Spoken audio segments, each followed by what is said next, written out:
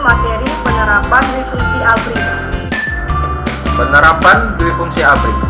Dwifungsi ABRI dicetuskan oleh A.H. Nasution pada masa Perang Kemerdekaan. Dwifungsi ABRI adalah gagasan yang diterapkan oleh pemerintahan Orde Baru yang menyebutkan bahwa Angkatan Bersenjata Republik Indonesia, terutama Tentara Nasional Indonesia Angkatan Darat, memiliki dua tugas, yaitu pertama menjaga keamanan dan ketertiban negara, dan kedua memegang kekuasaan dan mengatur negara.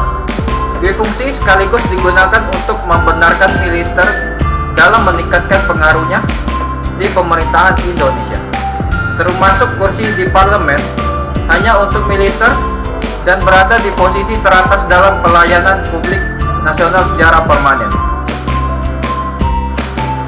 Tujuan menerapkan fungsi ABRI di beberapa sektor di luar militer, yaitu berpartisipasi dalam setiap usaha dan kegiatan masyarakat di bidang ideologi, politik, ekonomi, sosial, dan budaya.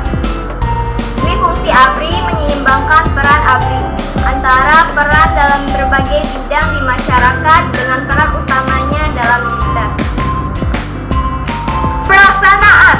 Setelah Reformasi 1998, konsep dan implementasi Dwifungsi ABRI dikritik habis-habisan dan akhirnya dicabut karena pada praktiknya konsep Dwifungsi ABRI era Orde Baru ini justru melenceng dari niat awalnya.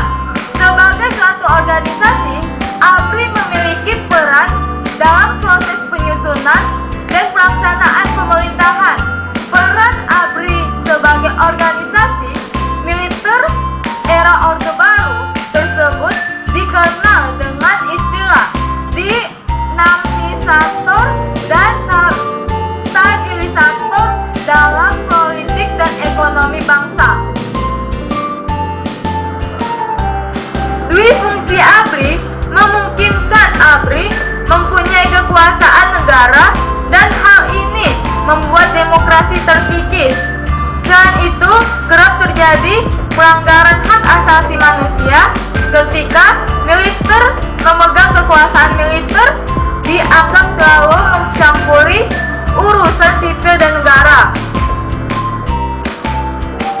Setelah runtuhnya rezim Soeharto, Dwifungsi ABRI perlahan-lahan dihapuskan. Kesepakatan ini terjadi pada rapat pimpinan ABRI tahun 2000 dan akan dimulai setelah pemilihan umum 2004 serta diharapkan telah selesai pada pemilu 2009. Pencapaian atau keberhasilan Dwifungsi ABRI. 1. Kesejahteraan prajurit ABRI meningkat. Pada masa Orde Baru, ABRI mengendalikan berbagai yayasan dan perusahaan. Penghasilan dari yayasan dan perusahaan ini disalurkan untuk memperbaiki kondisi kesejahteraan prajurit ABRI. Pada masa Orde Baru, gaji pegawai pemerintah termasuk gaji anggota ABRI sangat rendah, sehingga mereka harus mencari pendapatan tambahan. 2. Para prajurit ABRI ikut berkontribusi dalam pembangunan. Para prajurit dimobilisasi dalam kegiatan seperti ABRI masuk desa untuk melakukan kegiatan pembangunan seperti perbaikan jalan hingga mendirikan sarana kesehatan. 1. Terjadinya dominasi oleh ABRI terhadap masyarakat sipil. Pada masa Orde Baru, akibat dominasi ABRI, sangat banyak jabatan penting di Indonesia, seperti wali kota, bupati, dan gubernur, isi oleh para prajurit maupun purnawirawan ABRI. Akibatnya, peluang dan aspirasi politis masyarakat sipil menjadi teramat. 2.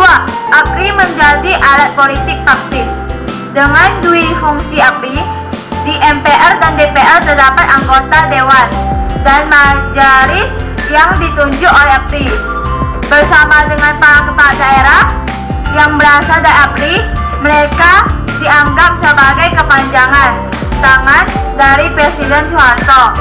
Akibatnya, setelah pemerintahan Soeharto tumbang, keberadaan fraksi APRI dan anggota MPR atau DPR dari APRI dihapuskan.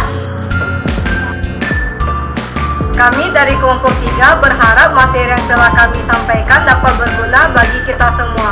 Sekian, terima kasih.